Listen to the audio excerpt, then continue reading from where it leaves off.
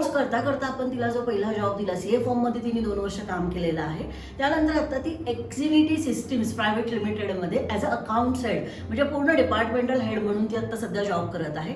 आणि आत्ताचं तिचं जे करंट पॅकेज आहे ते ह्या पॅकेजवर आता ती सध्या करत आहे. माझ्या बीकॉमच्या क्लासमध्ये कॉलेजमध्ये माझं टॅली झालं होतं, पण जे बाहेर जे टॅली शिकवलं जाते ते एकदम बेसिक असतं की तुम्हाला जेवढं एंट्रीज वगैरेचा पार्ट शिकवलं जातं. पण इथे आल्याच्या नंतर मला प्रत्येक गोष्ट डी एफ एममध्ये पण जेव्हा मी होते तेव्हा मला थोडी भीती वाटत होती की मला जमेल का, हे सगळे जे जी एस टीचे नवीन नवीन चेंजेस होतात, अमेंडमेंट्स होतात, एवढे सगळे कसे काही लक्षात ठेवायचे. आयटॅब आणि बी कॉममध्ये जर बघितलं तर खूप मोठी तफावत आहे. बेसिकली बी कॉममध्ये थेरॉटिकल नॉलेज आहे सगळं. त्यानंतर तुम्ही जेव्हा मार्केटमध्ये जाता तेव्हा इंडस्ट्रीजला दाखवण्यासाठी तुमच्याकडे 2 वर्षाचा एक्सपिरियन्सही असतो आणि बी कॉम कम्प्लीट झाल्याची ग्रॅज्युएशनची डिग्रीही असते. त्या बेसिसवर तुम्हाला इझिली जॉब भेटतात आणि चांगले जॉब भेटतात.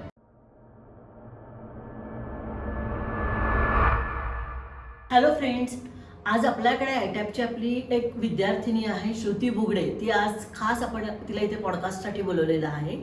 श्रुती ही जुन्नरवरून म्हणजे एका गावातून पुण्यामध्ये आलेली होती आणि सेकंड इयर बीकॉम करता करता तिला आयटॅपविषयी माहिती मिळाली. ती पुण्यामध्ये आली, तिने इथे येऊन सगळी माहिती घेतली कोर्सेसची आणि मग तिने सेकंड इयर करता करताच आपल्याकडे इथे कोर्स जॉईन केला.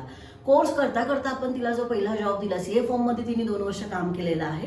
त्यानंतर आता ती एक्झिव्हिटी सिस्टीम्स प्रायव्हेट लिमिटेडमध्ये ॲज अ अकाउंट्स हेड म्हणजे पूर्ण डिपार्टमेंटल हेड म्हणून ती आता सध्या जॉब करत आहे. आणि आत्ताचं तिचं जे करंट पॅकेज आहे ते 5.4 ह्या पॅकेजवर आता ती सध्या करत आहे. तर खूप छान पद्धतीने तिने मागच्या 1-2 वर्षांमध्ये 2 ते 3 वर्षात खूप छान अचीवमेंट केलेली आहे.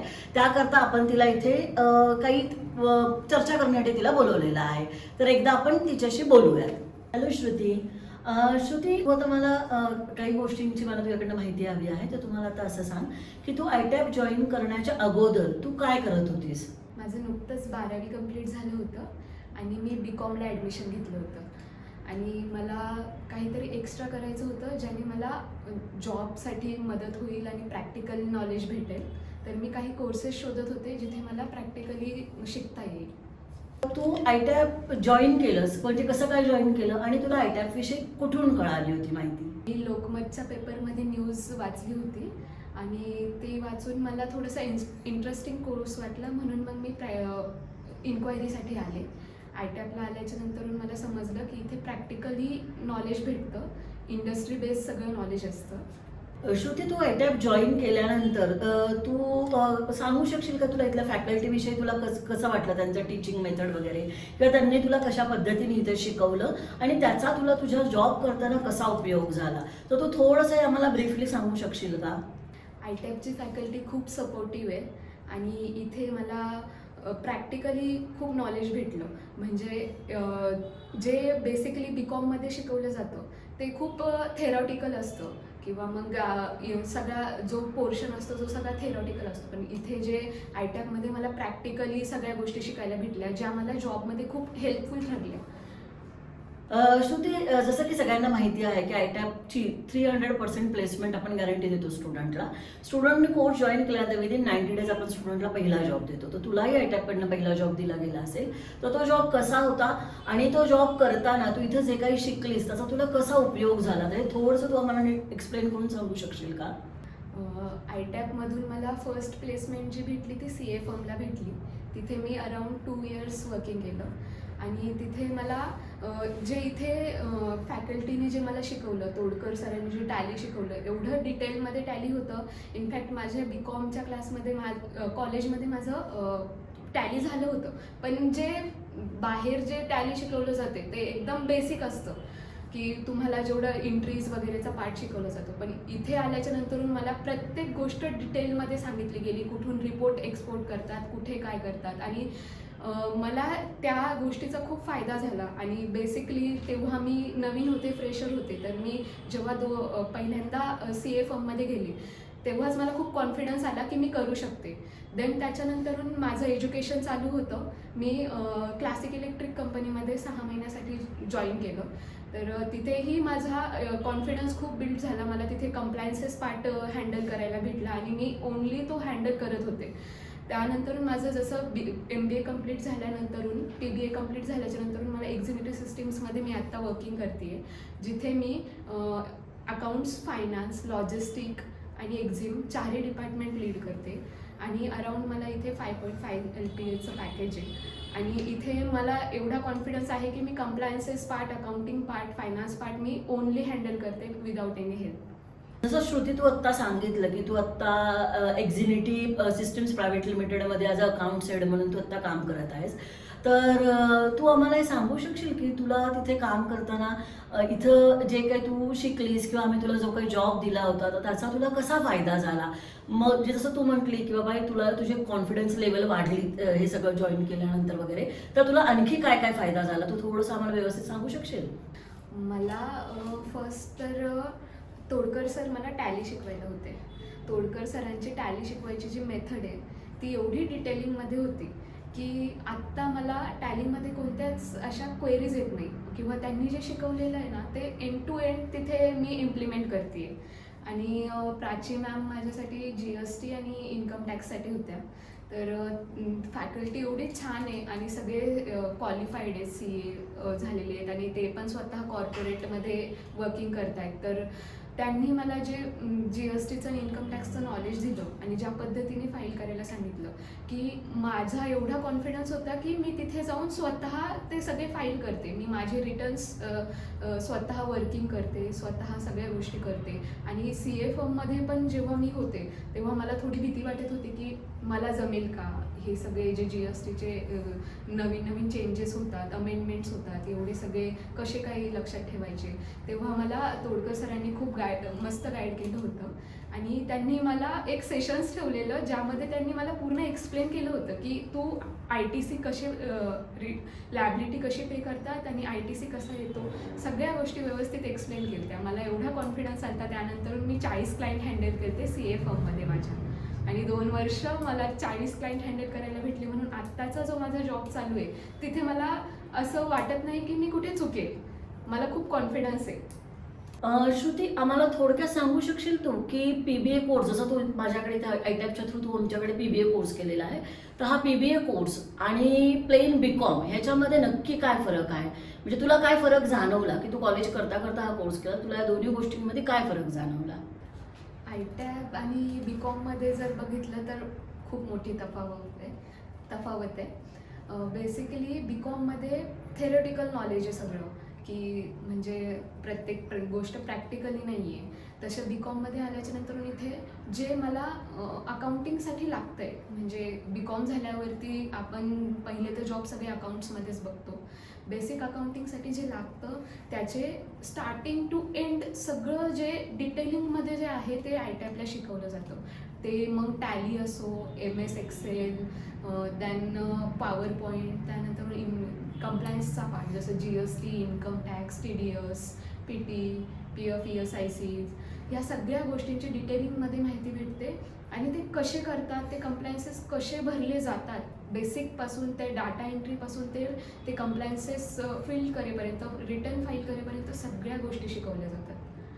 तर BComमध्ये तरी बेसिकली GST काय असतं हे सांगतात आणि PBAमध्ये असं सांगितलं जातं की तो GST का भरतो, कशासाठी भरतो आणि कोण भरतं. ओके श्रुती, माझा पुढचा असा प्रश्न आहे तुला की तुला असं काय वाटतं की तू म्हणजे जर कुठल्या स्टुडंटला कोर्स करायचा असेल, विद्यार्थ्यांना, तर हा कोर्स करण्याची योग्य वेळ कोणती आहे की कधी त्यांनी हा कोर्स जॉईन केला तर त्यांना जास्तीत जास्त फायदा होऊ शकेल? तर तू थोडं तुझ्याकडनं एक्सप्लेन करू शकशील का? मला असं वाटतं की 12वी झाल्यानंतर तुमचं जेव्हा ग्रॅज्युएशन चालू आहे त्या पिरियडमध्ये हा तुम्ही कोर्स जॉईन केला पाहिजे. अराऊंड 1 to 1.5 मंथ्स कोर्ससाठी लागतात.